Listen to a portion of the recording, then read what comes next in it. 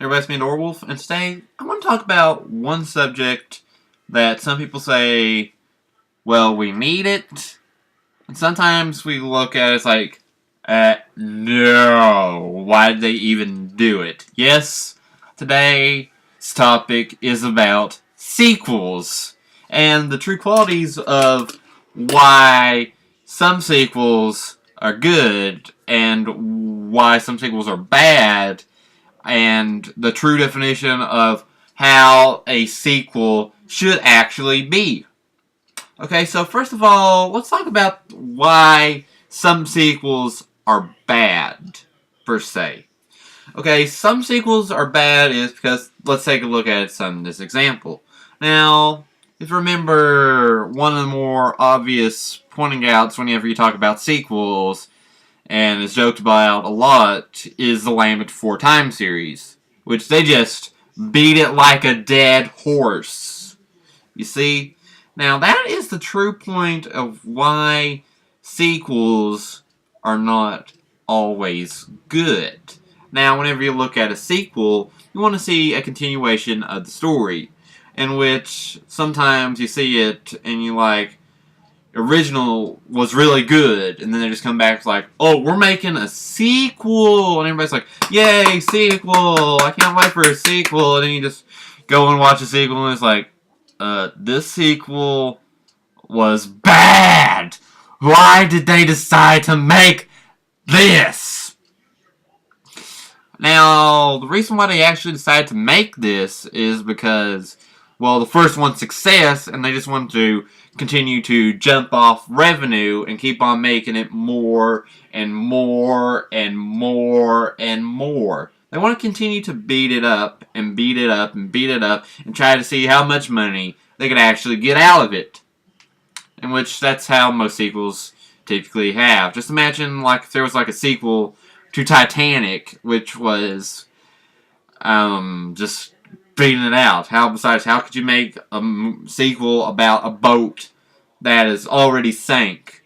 You're trying to just in which the first Titanic was already good enough. And speaking of that, I think they did make the Titanic 2, which was heard it wasn't good. Now, let's talk about some other case. Now, the common term for these type of bad sequels, you've probably heard this already, is called Sequelitis. In which it means it's the curse of like the second one is going to be bad because they just land before time and just keep on beating it out like a dead horse. Now, if you also probably seen that about the Mega Man series, now let's talk about Mega Man and how it was handled.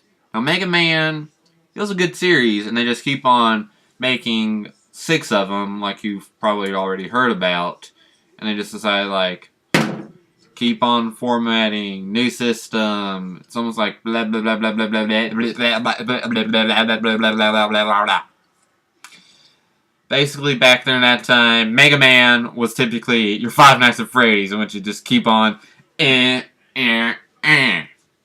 which the difference between it and Five Nights at Freddy's, though, is that Five Nights at Freddy's came out every other month and was still good, and while Mega Man just got the same old rinse repeat reaction, and then they decided, like, well, let's make a new one, Mega Man X, boom. Now let's talk about, now we got the bad sequels out of the way, let's talk about some good sequels and the true qualities of what a sequel really needs to accomplish. Now, to start off with this, I wanted to bring attention to the Mother series. And the Mother series is a good example of how sequels should be treated. Now, there's only 3 Mother games. You have Earthbound 0, Earthbound, and Mother 3. In which in Japan, Earthbound 0 is called Mother, Earthbound is called Mother 2, and of course Mother 3. Now, you see the fan base around it really wants a Mother 4, in which the fans are making a 4th one, which is looking pretty good. Now, you see a trend in the story about, like, it just keeps on going for the story. You have, like, the guy gets plot, it keeps on going into the second game, and then it continues, goes, picks it up, and goes into the third game, and the third game just ends it and says, okay. And according to series creator Shigetashi Itoi, they're not making a Mother 4, official Mother 4, because the third one built the story good and finished the story. See, there is the point in which you should stop making a sequel.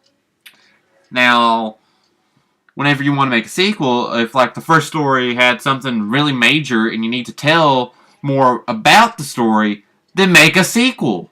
Make a sequel.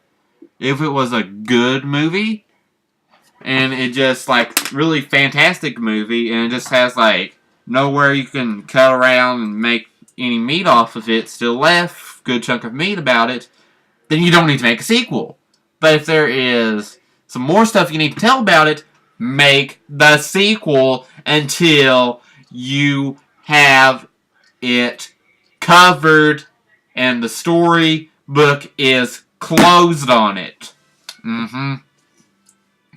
Now, another question bringing up about sequels is about prequels. Prequels. Yes. Prequels. Now, for prequels, it's an even more interesting story because, well, we all seen how the Star Wars prequel trilogy turned out, right? The ones that explain the origins behind Darth Vader and how much the political talk around and all that stuff in the first movie and all that stuff in the second movie. The third movie was probably the best out of the three, which is not saying much, and the third one was just epic. Even though, for me, per se, I've only seen Phantom Menace, in which I was confused by Phantom Menace. It's like, what? And if I watch, like, New Hope or anything like that, then it'll be like, I see the plot.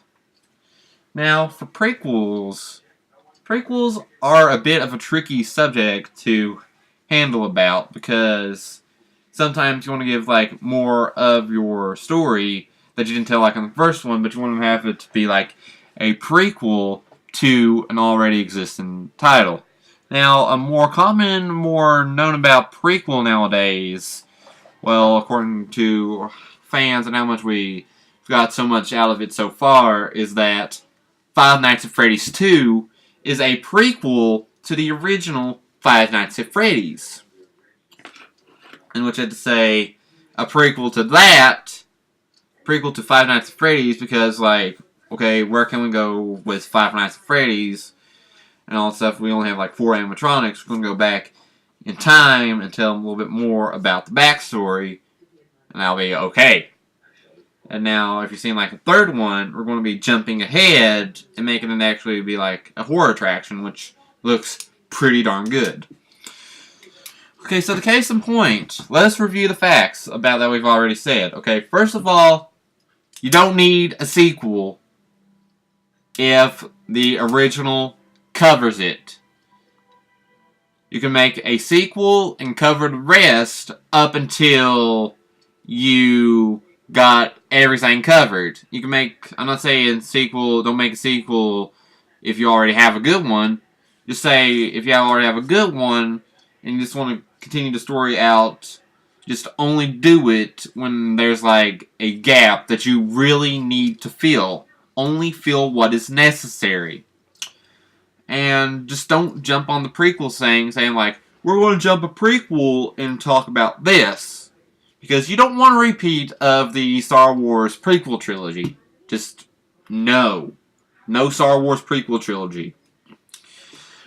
Okay, so that's about it about sequels, though. Let's just say that even though there makes a sequel and the sequel is good, just don't think about the original. because most people typically talk about whenever you compare a original and a sequel, even though the sequel is as good or maybe even better than the original, just look more about it from a broader perspective than from what all else is. Because I know the whole thing about the whole sequel type thing is like the whole big thing going on about like the comparisons between Ocarina of Time and Majora's Mask, in which both are really good games, even though more people are more nostalgic about Ocarina of Time. In which, yes, I'm talking about Ocarina of Time.